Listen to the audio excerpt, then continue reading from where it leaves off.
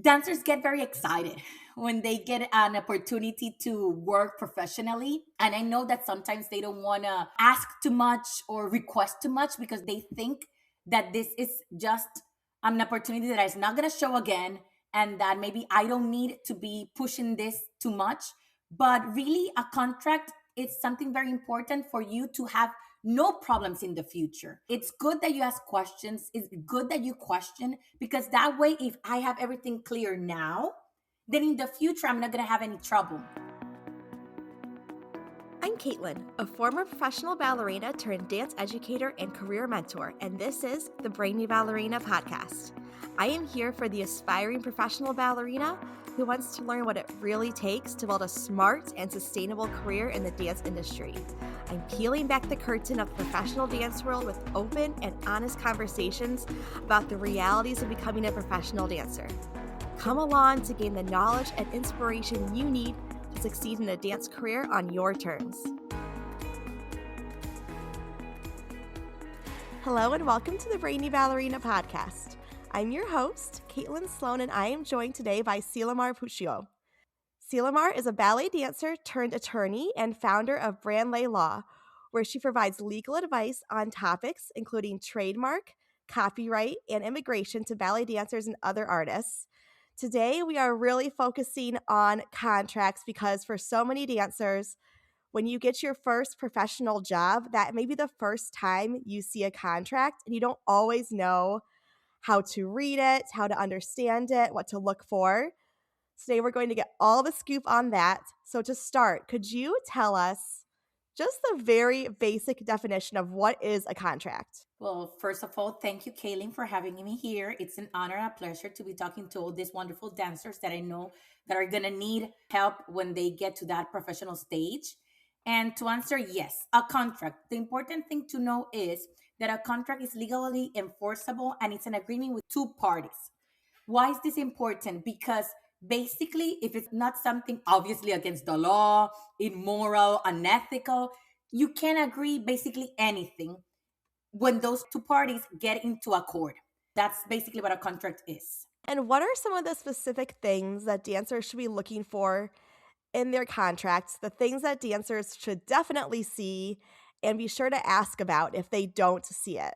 Okay, well, it's important for dancers to look into what salaries and payment structures are, the length of the contract, rehearsals and performance requirements. Our body is our instrument, so injury policies are very important. Termination terms, outside employment restrictions. Remember that us as dancer, we sometimes need to work for more than one company or have extra additional work. We need to make sure that we're not going to be in violation of anything like that.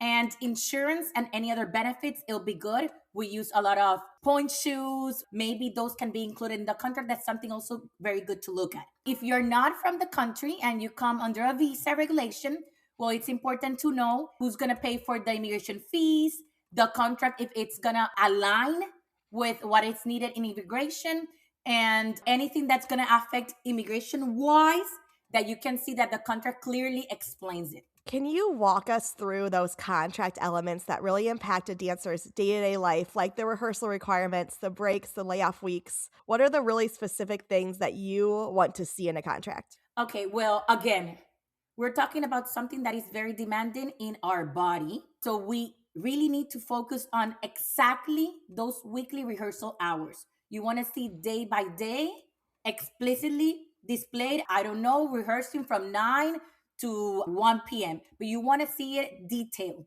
You want to see also if you have any mandatory classes that you need to assist and which ones are not mandatory so that you can adjust your schedule if needed. You also want to look into details of breaks. You need to see them expressed there.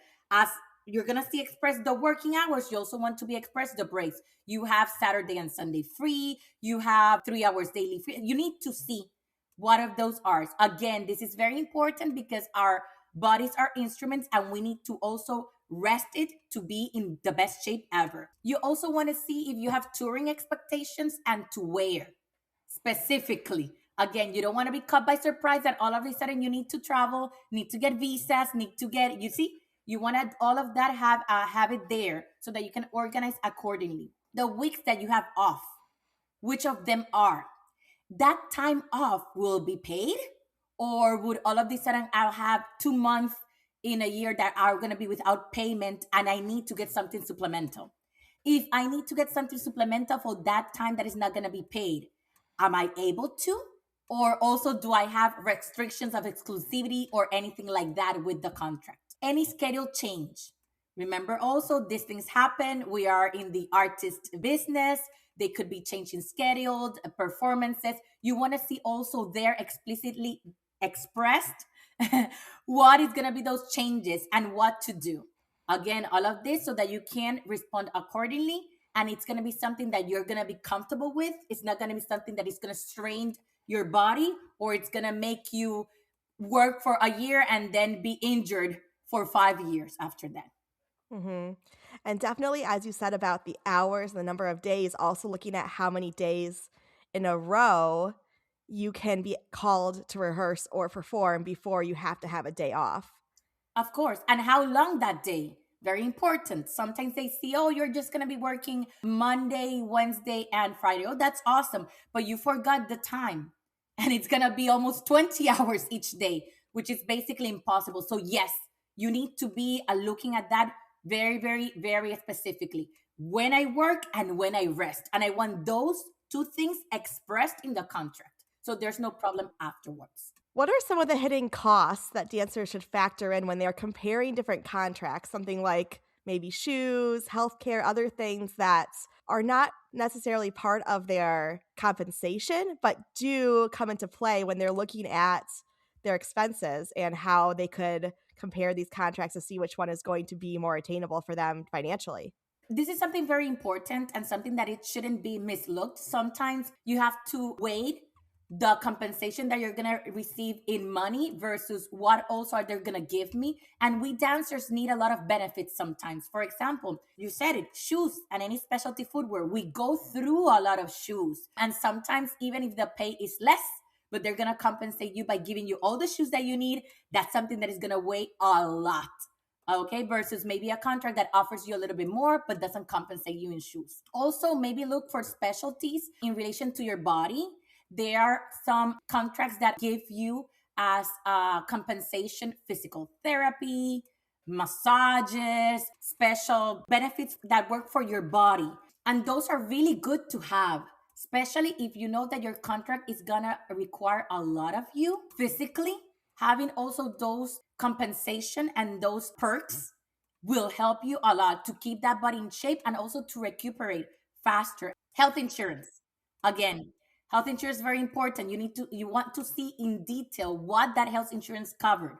Maybe it says that it has a health insurance, but what does that health insurance cover? Because me as a dancer, I need some specialty doctors and attention for my body. If you need to relocate, many dancers need to relocate even inside the United States or coming from the outside. If they're going to cover that expense, if they're going to cover any housing expense, that's something also that could be considered. You should also see if they're going to cover your taxes, if you're going to be a contractor, you're going to be an employee, because remember, it's going to then have some different weight on you tax wise. You want to see how much you're going to have to pay in taxes at the end of the year, which also you're going to have to see it as less of a salary that you're going to receive. And we talk also a little bit about this when you have the time off. Is it going to be paid? Is it not going to be paid? And how big is that time off? Maybe I could go 2 weeks every 3 months with time off and without being paid, but I cannot go 2 months. So maybe if I have a month in winter time and a month in summer, that's going to be too much for me. I need to know beforehand and also to know if I need to go work someplace else or how I could supplement that income. Those are basically the most important things that I would let dancers know. Very important. Sometimes dancers get very excited when they get an opportunity to work professionally. And I know that sometimes they don't want to ask too much or request too much because they think that this is just an opportunity that is not going to show again and that maybe I don't need to be pushing this too much. But really, a contract is something very important for you to have no problems in the future. It's good that you ask questions. It's good that you question, because that way, if I have everything clear now, then in the future, I'm not going to have any trouble. If I leave everything open ended and with a lot of doubts, those problems will arise in the future and it's going to be worse. You're already in the contract and you didn't alert the other part that this is something that is going to bother you. So they weren't prepared for that. Also, it's going to talk about your professionalism. We artists, we need to take our job a professional way. It is a profession, it is a job, it is important. Our body's important. We need to take care of it because maybe today I'm working for you, but in the future I'm going to work for someone else. I need this body to last me as much as I can, to be as much as it can be protected, so that I can use and work for the longest time that I have. So I would tell dancers not to be afraid. This is something that they need to look for them. And if dancers don't look for it, then who's going to protect us and take care of our body? So it's something very important. If you're a dancer who's feeling lost, overwhelmed, or even just unsure about your next career step, I am here for you. As a former professional ballet dancer turned dance career mentor, I help dancers get clear on what they really want out of their careers and build a real, actionable strategy to get them there. Whether you need help setting goals, planning for auditions, navigating mindset blocks, or just having someone in your corner who gets what you're going through and can hold you accountable, mentorship can make all the difference. If you're curious about whether working with a dance career mentor is the right fit for you, I offer a complimentary career consultation so we can talk through your unique goals and challenges. Just head to the show notes to schedule your consultation and let's build the dance career you've been dreaming about. I want to go back to something you said, a few things you said earlier, but first, can you talk a little bit about how dancers know if they are eligible or can apply for unemployment? Like you said, dancers often have a longer layoff period. It's not uncommon for a ballet contract to go maybe August through May and then have multiple months in a row off. Can dancers apply for unemployment in that time, or do they need to find a different job to support themselves? How does that work? Well, first of all, I will look into the confidential clauses and the exclusivity clauses in the contract. I would prefer, of course, if they are not so many, so that I have the opportunity to look for other job during those periods. And if I need to apply to unemployment, I will look into the state's regulations and the state aid in which you are going to work to see what helps do they give you. And of course, into the federal government agency to see if you're going to be apply for that and how much can you do it also? How many times can you do it? So I think that it's going to be very important for you, those confidentiality and exclusivity clauses. If you're not going to receive compensation for some time and you're going to need something to work on to compensate for that time that you're not going to be working, I think that's going to be your best bet for you to be able to look at something that you can work on those times. Can you define the confidentiality and the exclusivity clauses for dancers who may not know what that looks like? Of course, confidentiality, it's going to be more related to the material that you're going to be dancing, the information that you have because of being part of this dance studio, dance company, dance school, etc. That information that you cannot share, or they're going to limit you in the amount that you can share or not, especially now with social media. Some dancers, they record themselves rehearsing, then they post it. You have to be very careful that you are not infringing in these confidentiality clauses. Exclusivity is more going to be about if you, as a dancer, can work for someone else in any capacity related, of course, to dance. Maybe as a dancer, maybe as a choreographer, maybe as a teacher, maybe as a director of a company. You see, you have to see those two restrictions so that you don't infringe in them if you're going to look for outside work. My very first contract, just to give a concrete example, we had an exclusivity clause that said we could not teach at any other dance studio within a 50-mile radius of the company. So if you wanted to teach, you'd have to travel very far to do that, which really did limit your opportunities if you wanted to work within the dance world, because a lot of professional dancers supplement with teaching. So that was something that for me ended up being almost a deal breaker at a certain point because I really wanted to teach. I didn't have that opportunity. So I really wanted to find a company that gave me that opportunity to add that to my resume and to explore that option. So definitely something to keep an eye out for. Exclusivity clauses are very common in the dance world. You have to look out also not only when you are in the contract, Be careful to exclusivity clauses after the contract terminates. Sometimes they extend that exclusivity, and law permits it for a time, of course, not unlimited, but for a time after you finish working with them. So be careful and be in the lookout for those clauses. Those clauses are very important and very common in these contracts. I hear about them a lot for teachers too, maybe having a contract through their studio that they can't teach at other studios as well as the one they're teaching at, or even like you said, having a limit for like a year after you finish teaching here, you can't open your own studio within a certain mile radius. And I have heard that those are very hard to actually enforce. What's the truth behind that? No, you can enforce them. Each state has regulations on those exclusivity clauses about time, about distance that you were talking about. But if they are within what is legally permitted, you can enforce them. Like any case in law, you need your evidence to prove it, and you will need to prove that the person is violating that contract. But and in some cases, it's gonna be easier than others. Of course, if the contract clearly stated that you cannot open a studio within 10 miles and you have a studio open and I just need to pass by, take pictures, take maybe a couple of advertisement material and show that as evidence that you open a studio next to mine, that's easier than maybe you giving classes and me having to search where are you giving classes. Let me see if they want to tell me and testify against you. You see, so some of them are going to be harder than others, but I don't see anything that is going to be extremely harder to enforce. You have to be very careful with those contracts because in damages, you could be ending paying out a lot of money because you violated that clause.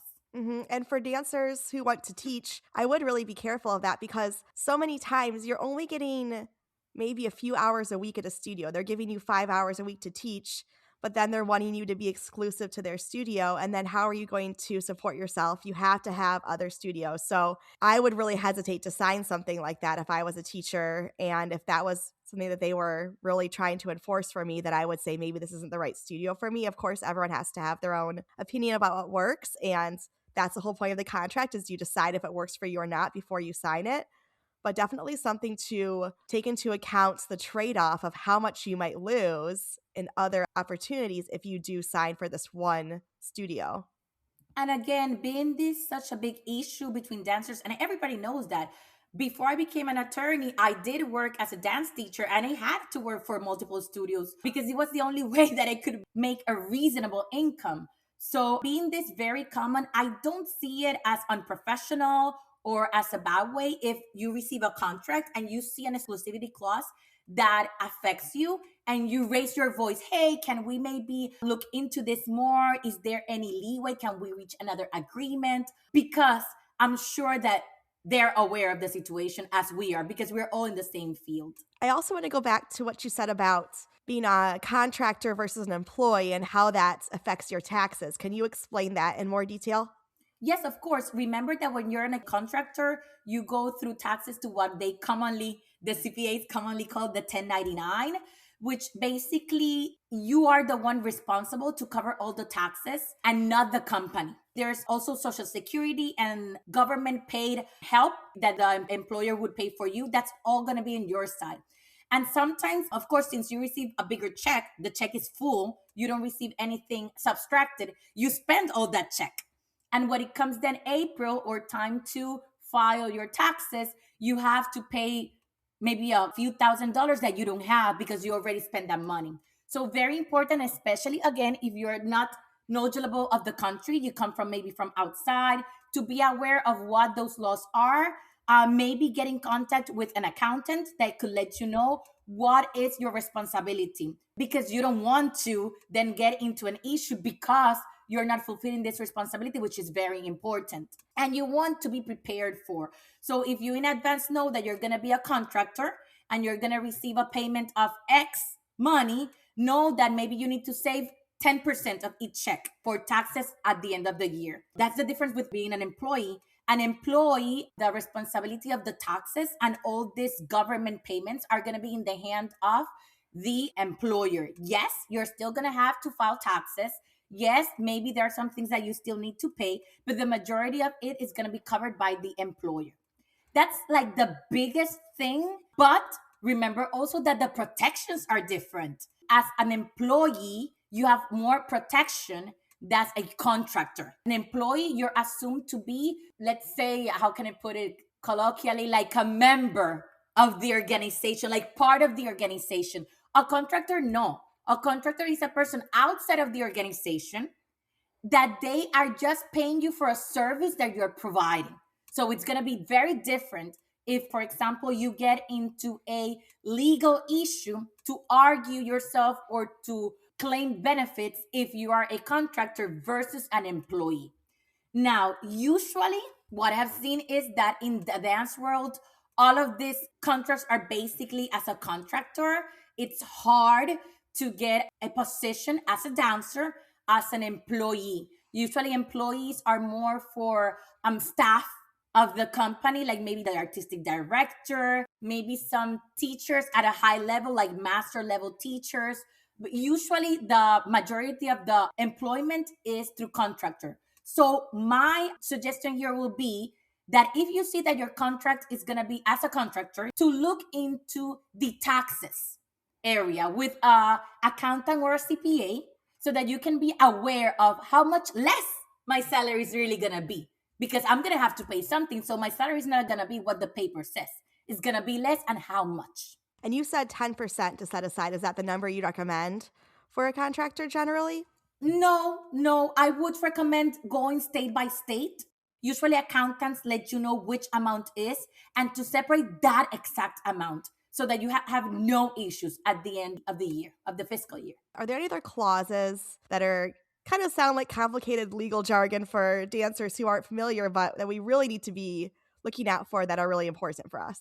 Yes, of course. I would say the at will termination is one that is very important. And this is very simple. This is just going to tell you when each part can terminate the contract and how. If it's too one sided, if the company or the organization has basically free will, be careful when entering into a contract like that. Because then you have to know that at any time they can terminate the contract, and this could be your last paycheck. Be aware of those at will termination clauses. That's something also that I think can be agreed and talked upon and reached an agreement. We already talked about the exclusivity clauses. Another way that you can see it is like a non-compete clause. That's another word for it, but it's the same thing, non-compete, so that you don't represent a competition for them. Maybe you cannot go work for a time and for a related distance. Maybe you cannot choreograph. All those is the same, it's the non-compete. Nowadays, be careful with the moral clauses, specifically in ballet. Why I say specifically in ballet? Because I still see that ballet is the most traditional form of dance that we're still seeing out there. And there are still some moral clauses imposed on the dancers, specifically in big companies that want to see more uniformity or more unity in the dancers. What those moral clauses could be, they're going to also depend on what the law permits, but they could be maybe no tattoos. Everyone needs to have brown hair. So if you don't have brown hair, you need to dye it. Maybe you cannot wear earrings. Those moral clauses, which deals with your body, you need to be aware of them, because you don't want to enter and maybe now I comply with them, but I didn't look into it. And then in the future, I do something that is going to be violating that clause. And an earring, I could take it off. But maybe if I did a tattoo because I didn't know, it's going to be harder to take it off. And also, you don't want to lose the contract if you like it. So those moral clauses still exist, and you have to be in the lookout for them. And intellectual property clauses, very, very important, especially if you're going to be a choreographer or if you're going to have some kind of your artistry creation being given to the company. It's very common. You see it also in teachers a lot, because teachers usually they choreograph the dance for the recital or for the end of the year production, that they comes with an intellectual property clause that whatever that you perform there or whatever that you create there is going to be theirs. Be aware of that. If you teach in 5 different studios, be careful that you don't do one choreography for the 5 different studios and you're violating this intellectual property clause. Also be careful that then you want to leave the studio and use that choreography or use that artistic work, because you're not going to be able. It belongs to them. So be on the lookout of those intellectual property clauses. Those are quite common. Mm-hmm. And we already saw the termination clauses. I would give it a look also to the automatic renewal clauses. Okay, some of them are in your benefit, some of them aren't, because maybe year by year you want to be aware of what other offers are there. You want to be able to open and look at other jobs. But if it automatically renews and maybe the time passes real quickly, you didn't realize you're already 1 month in the new year, you have to stick with the contract then for a whole new year. So be careful with that. Those I think are the clauses that I would be most concerned into looking into. I would like to say that if you are coming outside of the country and you need a visa, the contract is going to be very important, especially in the termination area. Because remember, the visa that you're getting is an employment based visa. So the government is going to use and is going to give you everything that is seen in the contract. So if your contract terminates in a year, the visa is going to terminate in a year. So be careful and be in the lookout that you have in the contract everything that you need for that employment visa to work. Let's quickly pause this episode so I can share with you one of my favorite snacks that I have been loving lately. As a busy dancer, educator, and mom, I am always looking for a snack that I can throw into my dance bag that will be quick, convenient, and provide lasting energy. That's why I was so excited to find Aloha protein bars.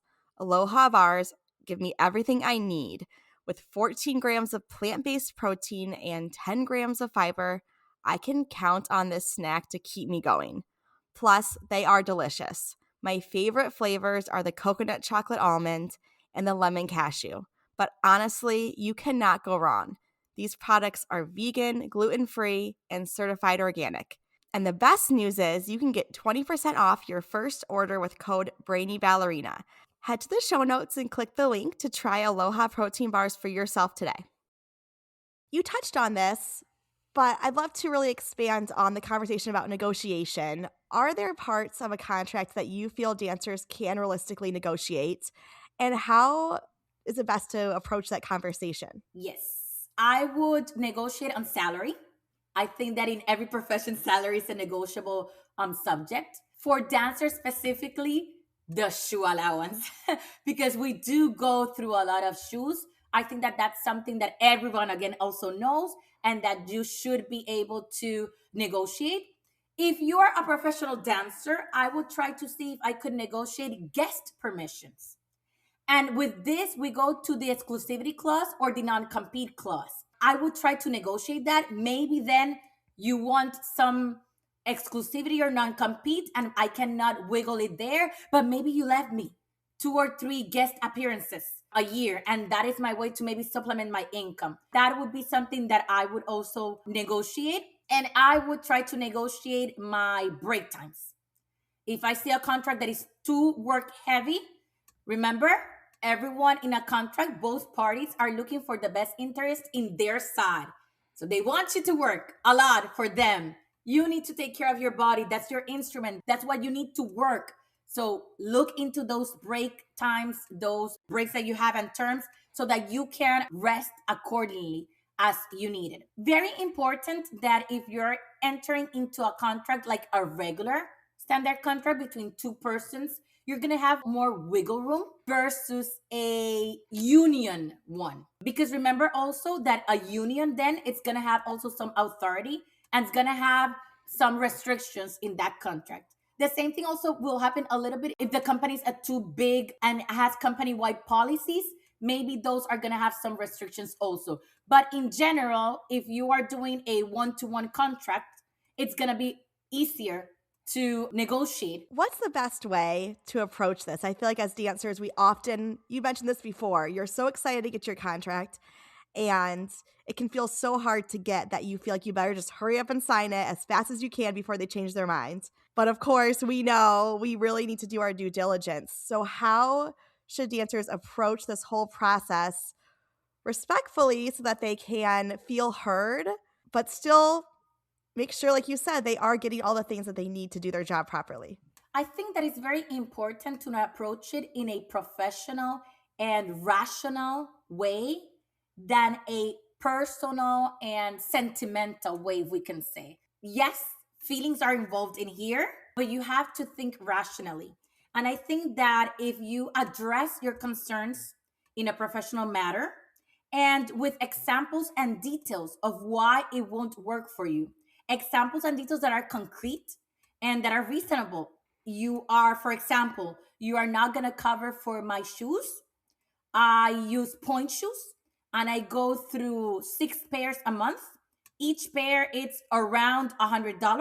That means that I'm gonna spend $600 a month additionally. So the salary that you're giving me is gonna be, you have to discount $600, and then it becomes a less salary. So two options: or you are more open to increase my salary, or can we get an arrangement in the shoe stipend? Maybe if you cannot cover all of them, cover half for me. And then I'll just have an expense of $300. You see? But that's a rational way to let them know your concern. And that is not something about, I just want more money. No, no, I'm explaining to you why and the issues that I'm going to go through to try to get to an agreement, meet me in the middle. I think that's the best way. Keep your feelings to the side, which I know that for us artists, it's very hard, but we need to do. Yes, yeah. Can you talk more about the difference between a union or maybe an AGMA contract for a ballet dancer specifically compared to a non-union dance company contract? What are some of the protections that dancers might expect to see if they are in a union company that they may not have in another kind of contract? Well, in a union contract, especially the American Guild of Musical Artists, is one very common. Usually, you have minimum salary standards. You're gonna have overtime protections again because we work with our body, so they're gonna have that. The required breaks, they're gonna also usually have that. Grievance procedures. So if something come up where you can go, sometimes these contracts have some kind of arbitration or mediation before going to court, and some kind of injury protections. Those are usually what they have, but they could vary, of course, depending on the union. But those are some of the standard things that you can see. Are there any big red flags that you think dancers should look out for before signing? Like, if you see this, this really is something to maybe talk to your attorney about or reconsider. Yes, remember, this is a job. It's something professional, and we're here to enjoy what we do, but we're here to work. So be careful with verbal promises, not included in writing. Maybe you are going through the contract and you say, "Oh, but you told me that I'm going to receive also 3 pair of shoes and it doesn't say it here." "Oh, don't worry, don't worry. Yes, we're going to give you that." No, no. Big red flag. You want that in writing. You want it professional, and you want them to redact again that contract. If they put so much pressure to sign, you can take the contract review with your attorney. That's no big issue. If they're pressuring, I need it now. Something also maybe in the contract that you should not sign for. No injury policy. Again, we need our breaks. If injury happens, what is my time off? It's going to be paid. If it's not going to be paid, all of that you want it there. The payment terms, you want them clear. If they're going to pay you per performance, how much? If they're going to pay you weekly, how much? But you want that clear. Those are usually the most red flags that I see. But again, if the person sits down with you and you see them antsy, just come on, sign, it's the regular standard contract that we have, that's a big red flag for me, because no one should be pushing you to sign a contract. And I know that you're going to be happy. I know that you want to sign, but be careful, because maybe it's going to mistake that it's going to cost you in the long run. Yep. And I definitely experienced that. I've been in the room and been looking it over and said, "I'm going to take this with me." And they've said to me, "Please just sign it and hand it back." Like, you do not have to do that. And I want dancers to know that, because I feel like you feel a lot of pressure in that moment to just quickly sign and just scan. And you really, really, really do need to read every single thing in there. If you don't understand it, ask an attorney, ask somebody who can explain it to you, because it may be totally standard and something that you don't really need to worry about as long as it works for you. And it may be something that they're trying to sneak in that you really want to check out. And I also agree about what you said about making sure it's in writing. I've had this experience even recently where I was contracted to teach somewhere, and I said, "Oh, can we please include reimbursement for mileage or anything? Is there anything for that travel reimbursement?" And they said, "Oh, sure, we will do this." And I said, "Okay, great. Can you please put that in the contract, and then I will sign it?" So, like you said, make sure that it's not just agreed upon verbally. Everything is in there, and you can ask for it, and it's okay. And I do think there is definitely a level of respect when you do ask for those things. As dancers, it can feel as if, I don't want to rock the boat, I don't want to say anything. But you are a professional and this is a professional job, and you will receive more respect if you show the respect for yourself in that environment. So don't be afraid to speak up. Of course, of course. I think it's very important. Be careful when, if you're signing the contract there, if you have questions, be careful if there is an attorney present for the company. Remember, also the attorney present there, it's going to be for the company. So they're going to be looking for the company side. So again, if you have any questions, any major questions, if they explain it to you, you don't understand it or something seems off, take your time and ask for you to look out for an attorney to help you with it. Again, you don't want to have something said that it was not there and then have a bigger issue later on. And one thing I do want to bring up that I meant to say earlier, because I have a lot of dancers who are doing auditions right now and they need videos and they can't get video footage from their company. So, another thing to look for in your contract is if you do get access to any photos, any video footage, and if so, what can you do with it? How do you need to credit it? What are the stipulations around that? Because maybe you don't even want to post it on social media. You just want to have it for your personal collection to be able to send to companies for audition video, or just to have to show your grandkids someday to be like, I was a professional dancer and I did this. What does that look like? And having that in your contract is also very helpful. That's going to be with the intellectual property clauses. Remember that material, that dance that you're doing, if that music belongs to the studio or where you're working for, you're going to need their authorization to use it and to spread it, even if it's just to give as an audition video. Also, be careful if, and this happens a lot, if you are a dancer and you want to show a piece and there are other dancers in the stage and they're minors, be careful about the personal image laws that control that you cannot show the minors in those settings. So, and this is going a little bit more deeper. Usually the intellectual property clauses are more general. So what I would do is I would ask if I need to use a video, some footage of the company, I would ask the company if they authorize me. If they do authorize me, I would want that in writing, and have an attorney look over to see if it's gonna be okay for me to use that, especially again if you can see other people in the videos and usually they're minors, so be on the lookout for that. But that's a more complicated subject. Usually I recommend having an attorney look into that and helping you with that, but that's very important, Kaylin. Yeah, very important. You've mentioned quite a few great tips for dancers who are maybe immigrating or are going to be on a visa. Is there anything else that you think those dancers need to know legally when they're coming to dance in the US? Again, it's very important that their contract aligns with what the visa requires. Employment visas require some stipulations in the contracts, and you need to have them there. If not, the visa is not going to be granted, or it's going to be granted for a less period of time. Ask also for payments. These visas, they have a lot of work that the attorneys need to do, and they are costly, not only in attorney fees, but also they have filing fees. Who's going to cover for those? If the contract terminates, who's going to return me to my country? Do I need to cover the expense to go back? Or is this something that the company is going to cover for? If the contract terminates for XYZ reason, is there something that needs to be done with the government? And who's going to do it? Maybe you need to go to the government, let them know that you already terminated their employment. Usually, work authorizations go hand in hand with the employer. So be on the lookout. Could I do other work? Because maybe in the contract they say, oh yes, this doesn't have an exclusivity, doesn't have an uncompete. In your 2 months that you have free during summer, you can go work wherever you are. Oh, but your visa doesn't allow it. So be on the lookout that then you have something or another contract that could sustain your visa to work for multiple employers. And again, taxes.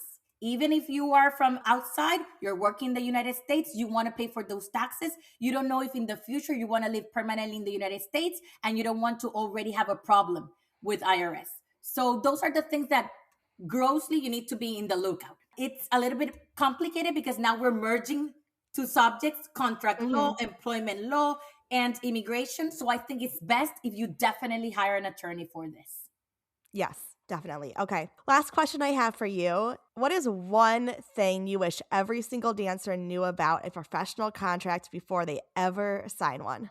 Not to be afraid. We have talked on this. I know you get excited. I know sometimes it looks like it's the only opportunity that you're gonna have, that you don't want to waste it because you ask too much or because you question too much.